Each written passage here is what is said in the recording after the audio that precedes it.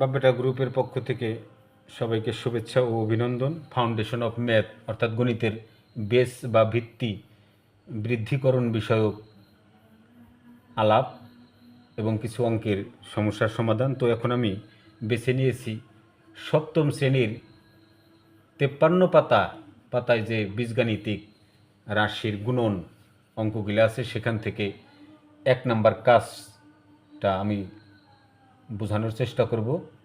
তো এখানে আপনাদের বিশেষ করে অভিভাবকদের বলছে আপনাদের বাচ্চারা যাতে ক্লাসটি দেখে এবং দেখলে মনে হয় যে অনেকটা সহজ হয়ে যাবে তাদের কাছে, আমার বিশ্বাস, কারণ আমি আসলে কমিটেড। তো যাই হোক, আমাদের ক্লাসটা সাদামাটা, কিন্তু কথায় আছে না যে all that glitters is not gold, চকচক করলেই শোনা হয় না। তো আমার ব্যক্ত এবং অন্যের ব্যক্ত মিলিয়ে দেখবেন যে আসলে আমারটা আসলে বোঝা যায় কি না। তো যাই হোক, এখানে দুইটা বীজগাণিতিক রাশি এক পদ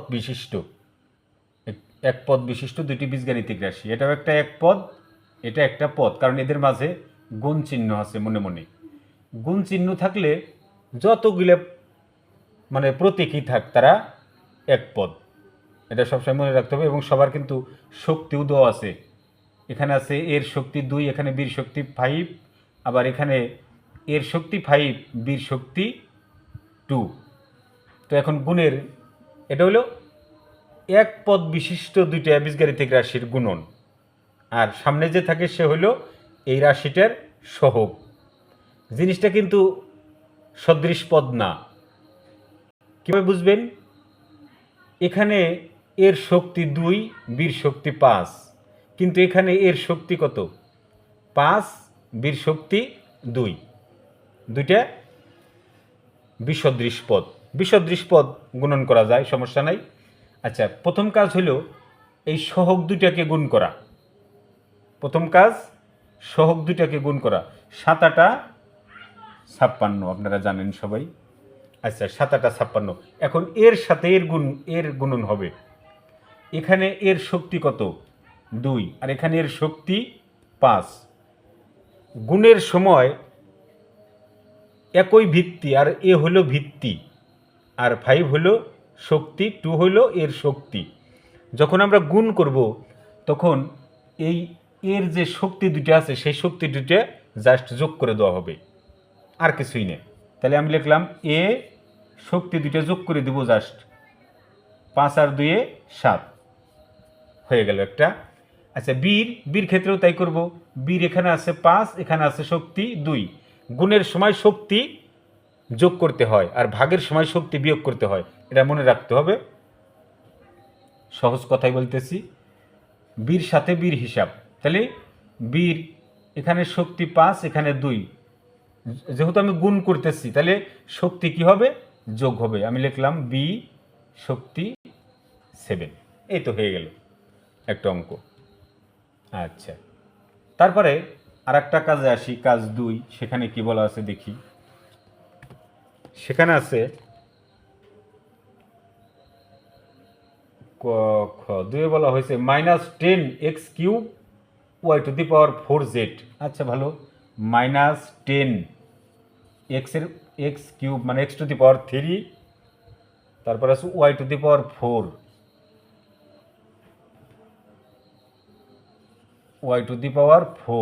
ওয়াইয়ের ঘাড়ে শক্তি 4, আবার সাথে একটা জেড আছে।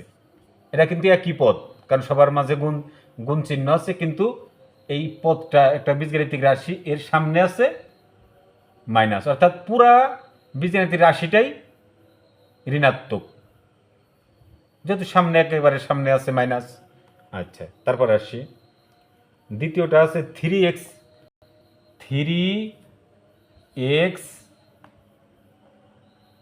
স্কোয়ার, হ্যাঁ x² y⁴ কত? 5। এইটা গুণ করতে হবে, এই অঙ্কটা দিলাম আমি এখানে একটা গুণ চিহ্ন। আচ্ছা, গুণের সময় যে পদকে আমরা গুণ করব তাদের চিহ্নগুলাকেও তাদের সামনের যে চিহ্ন আছে অপারেটরগুলা যে আছে দুইটা অপারেটর যোগ এবং বিয়োগ এই দুইটাকে গুণ করতে হবে। একটু ভালো করে খেয়াল করলে দেখা যাবে 10-এর আগে কি আছে, আগে সহগগুলা গুণ করব। সহগ 10-এর আগে আছে মাইনাস, আর 3-এর আগে মনে মনে তো একটা প্লাস আছে, তাহলে প্লাস মাইনাসে মাইনাস। আচ্ছা, সেই একই কথা, এক্সের শক্তি এখানে আছে 3, এখানে আছে 2, তাহলে যেহেতু আমি গুণ করতেছি ভিত্তি এক্স, এখানেও ভিত্তি এক্স, একই ভিত্তিযুক্ত শক্তি দুইটা যোগ করে দিতে হবে, অর্থাৎ আগে সহগ গুণ করে দিই 3×30, 3×30 এক্সের গুণের সময় শক্তি যোগ হয়, তাহলে 3 আর 2 5 দিলাম আমি 5। আচ্ছা, এখন ওয়াইয়ের সাথে ওয়াইয়ের হিসাব করি, এখানে ওয়াই, এখানে ওয়াই, এখানে ওয়াইয়ের শক্তি 4, এখানে ওয়াইয়ের শক্তি 5, তাহলে শক্তি যোগ করে দেই, যেহেতু গুণ করতেছি। ওয়াইয়ের ঘাড়ে শক্তিতে হবে 9, আর কিছুই নাই, শুধু একটা জেড আছে, একেও গুণ করতে হবে, এখানে কোনো জেড নাই, ওই একটা জেড আছে, জাস্ট একটা জেড আমি উঠাই দিলাম। এই তো হয়ে গেল 2 পদ বিশিষ্ট বীজগাণিতিক রাশির গুণ। 2 পদ বিশিষ্ট না, 1 পদ বিশিষ্ট দুটি বীজগাণিতিক রাশির গুণ। 1 পদ বিশিষ্ট দুটি বীজগাণিতিক রাশির গুণ। আচ্ছা, আর একটা অঙ্ক করি। কি বলা আছে 3 নম্বরে? 3 নম্বরে বলছে 9ab², 9ab², আচ্ছা থাক যত ইচ্ছে, 9ab² x³ আছে সাথে x³y, এই একটা বীজগাণিতিক রাশি 1 পদ বিশিষ্ট, সবার মাঝে গুণ চিহ্ন, এই জন্য 1 পদ বিশিষ্ট। আচ্ছা, গুণন, তারপর আছে কি -5, আচ্ছা -5 কি আছে xy², এটা গুণ করতে হবে। ওই সেই আগের কথাই, প্রথমে সহগ দুইটাকে গুণ করব এবং তাদের আগের চিহ্ন দুইটা দেখবো। আগে 5-এর আগে আছে মাইনাস, 9-এর আগে আছে প্লাস, প্লাস মাইনাসে মাইনাস। গুণের ক্ষেত্রে কিন্তু এগুলো প্লাস মাইনাসে মাইনাস গুণের ক্ষেত্রে, আর যোগের ক্ষেত্রে তো আমি যোগ বিয়োগ করব, কিন্তু এটা তো সদৃশ পদ না, গেলে যোগ করতে হলে এই দুইটাই লিখতে হবে, মাঝখানে যার যোগ দিতে হইতো, যেহেতু সদৃশ পদ না। কিন্তু গুণ সদৃশ বিসদৃশ উভয় পদকেই করা যায়। আচ্ছা, 5 নং 45, প্লাস মাইনাসে মাইনাস, 5 নং 45। আচ্ছা দেখি, এখন এখানে কোনো এ বি নাই, তাহলে ab² লিখেই দিই। এই ab² সাথে তো অন্য কোনো ab², এ বি এখান থেকে নাই তো, তাই আমি ওটাকে উঠিয়ে নিলাম আগেই, ab²।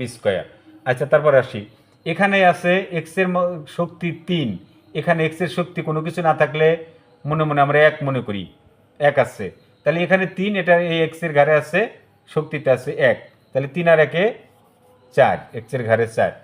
আচ্ছা, ওয়াইয়ের হিসাব করি, এখানে ওয়াইয়ের শক্তি 2, এখানে ওয়াইয়ের শক্তি আছে মনে মনে 1, তাহলে ওয়াইয়ের ঘাড়ে শক্তিতে হবে 2 আর 1 3, এটাই ফল। খুবই সহজ, শুধু 2-1 বার একটু চেষ্টা করতে হবে, প্র্যাকটিস করতে হবে, তাহলেই অনেক সহজ মনে হবে, এটা আমার বিশ্বাস। তো আজ এই ক্লাস এখানেই সমাপ্ত। আল্লাহ হাফেজ।